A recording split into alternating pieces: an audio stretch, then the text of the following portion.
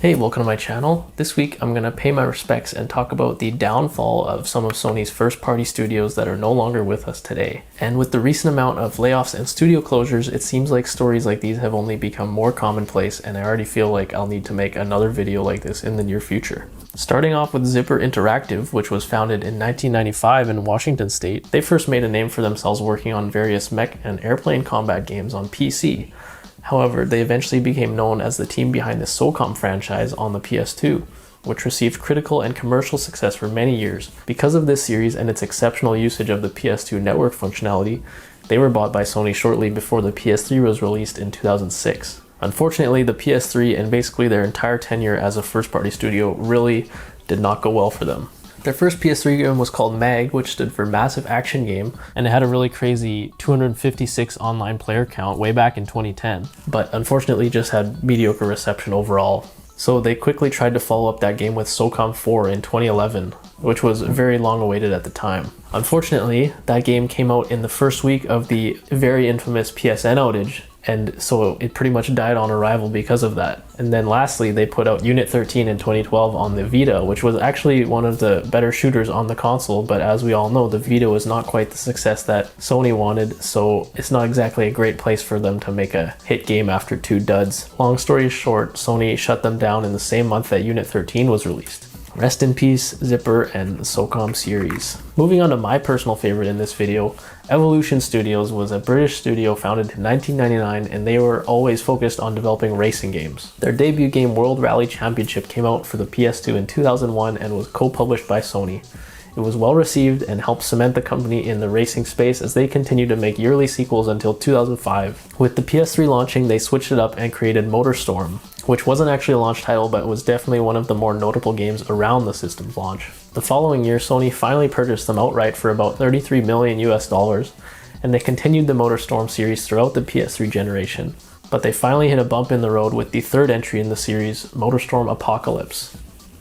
The game was originally scheduled to be released in March 2011, but at the last minute it was delayed worldwide due to the Tohoku earthquake and tsunami that struck Japan on March 11, 2011. The game contained many scenes of huge natural disasters and collapsing cities that would have been very insensitive or inappropriate to market in the wake of the disaster. So Evolution Studios had to backtrack on the whole marketing campaign of the game and make drastic changes to the game's content. A slightly revised version of the game was eventually released in Europe and North America on March 31st and in May respectively, but it never actually ended up releasing in Japan. To top it off, the game also took a huge blow in the places it did release, as Sony severely decreased the amount of marketing for the game, so as to avoid controversy or spend twice the budget because of the delays. But overall, it was really just unfortunate timing, and the MotorStorm series was pretty much dead after that. Afterwards, for the last time, Evolution switched gears and created Drive Club, which seemed like a strange decision that on the outside looked like direct competition to the very well-established Gran Turismo franchise. The game launched on the PS4 in 2015 to a very rocky launch, riddled with server issues and other technical problems.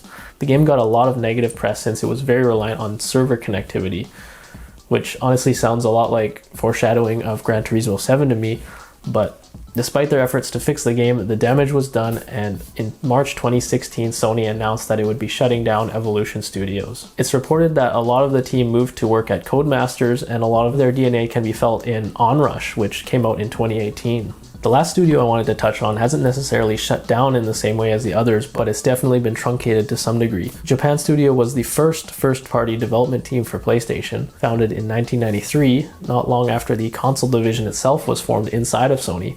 And their first big hit was Jumping Flash back in 1995, but looking back, they've really been around for so long that they've developed a ton of games in a very wide variety of genres, and they eventually grew so sizable that they could partition into multiple internal teams. Some notable internal divisions include Team Eco, who made Shadow of the Colossus, Project Siren, or Team Gravity, who created the Gravity Rush series, and of course Team Asobi, who we'll get into a bit more later. Some of their other highly acclaimed game series include Parappa the Rappa, Patapon, Locoroco, and Ape Escape. More recently, Team Asobi has been at the forefront of Japan Studio, creating technical demos for various PlayStation hardware launches. So on the PS4, they released the Playroom to showcase the PlayStation camera, followed by Playroom VR and Astrobot Rescue Mission to demonstrate the first PSVR headset. Rescue Mission in particular was very widely praised for its innovative use of the PSVR platform and made Astrobot something of a new mascot for the brand.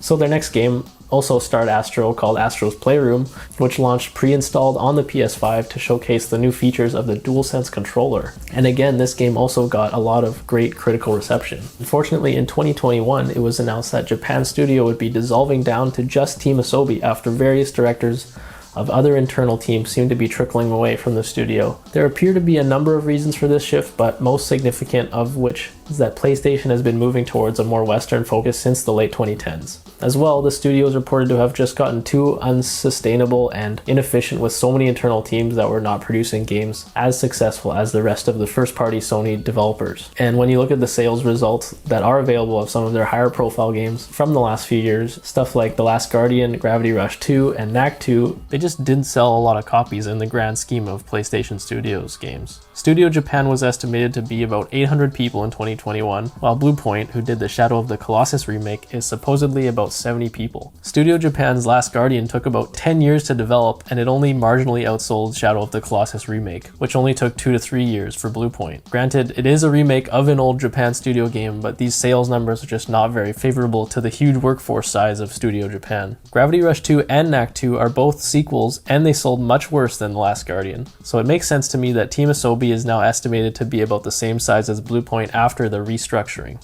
Astrobot and Team Asobi still have a lot of positive buzz and potential, and the executives at PlayStation were able to pick up on this. Huge thanks for watching if you got through all of that. Hopefully it was somewhat enlightening. Let me know down below which of these teams you missed the most.